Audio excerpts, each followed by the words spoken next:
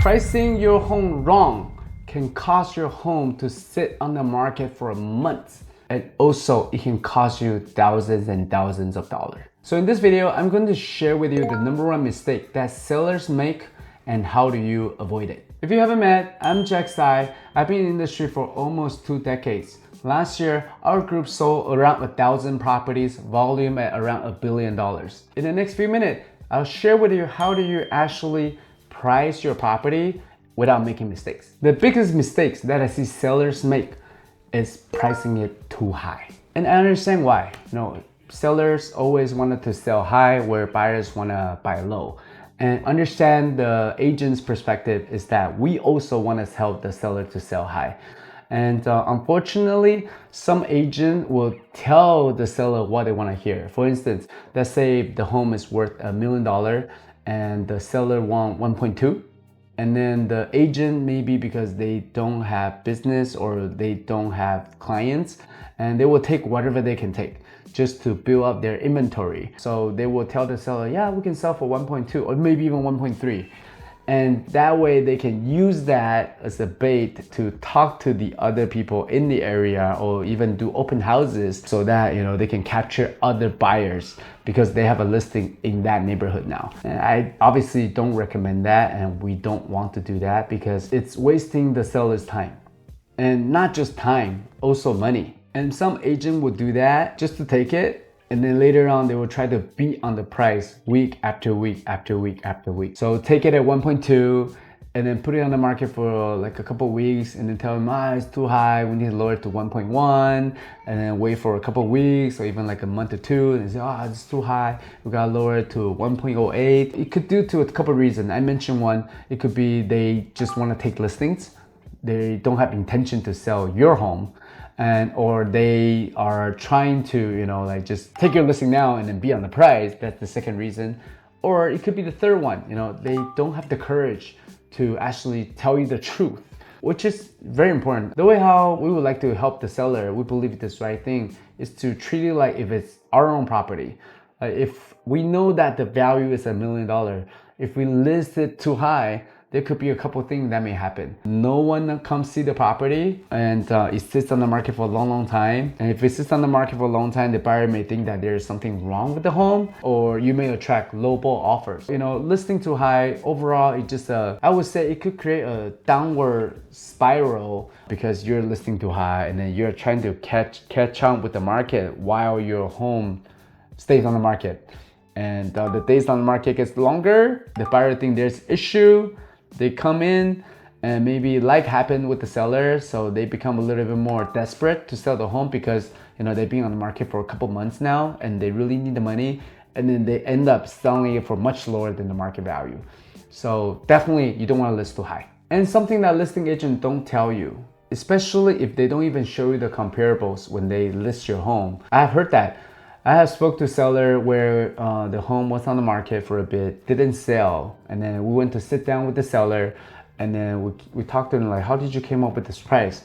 They said, the agent just came in and recommended this price. And then the seller was telling me they think that the price is a little bit too high too.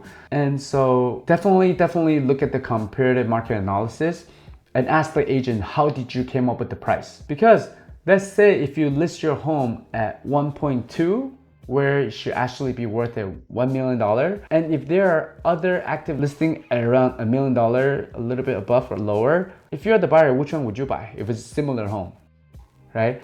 Your home would be a comparison for the buyers that's actually looking in the market. It's like a really high anchor. People look at it, be like, why would you list so high? And they will actually buy the other one. So you're actually helping your neighbor to sell their home if you list too high. So why correct pricing work? Because you price it right, you can actually attract serious buyer. And then you can get more people to come see your home.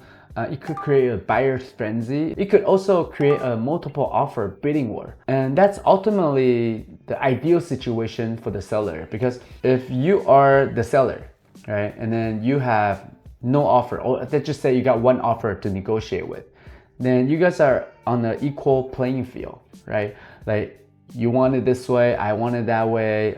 If they don't want it, then you lose out the buyer. So you're kind of giving a little bit power away. Let's just say you guys share the power 50-50, right? But if you have 10 offers, 20 offers, then you get to make your terms. Price, terms, timelines. Usually if that happens, seller has the higher power to make the need and the request that they want. So ideally, you do want to generate a couple of offers, and then if you get no offer, no showings, that usually means that your price is too high. Unless there's something wrong with your property. But obviously, if something wrong with your property, you should price it a little bit lower because there's something wrong with the property. Just like if you're buying a watch, right? If there's something wrong with it, you don't assume to pay full price for it.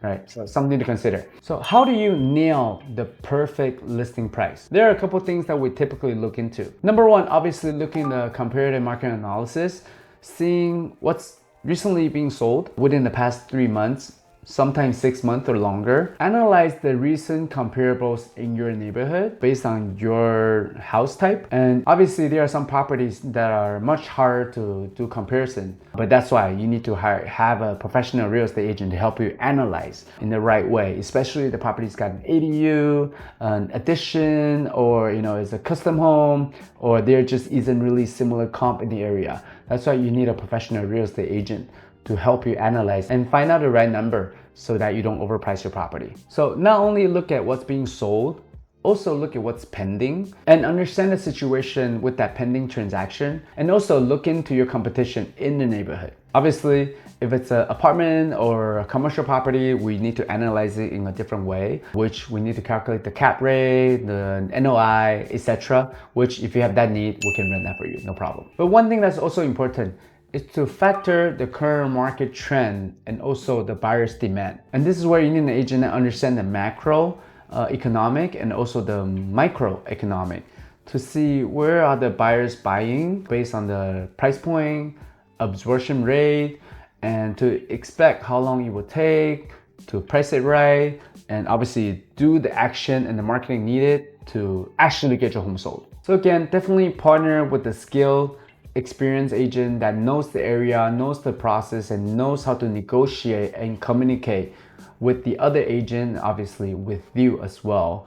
So that way you don't lose out any money, you don't leave any money on the table, and also you don't waste any time. And most importantly, the frustration, because I've also sold home myself, my own property, and I understand during transactions, I personally sold a couple hundred homes in my career. I understand it could be frustrated, it could be very emotional.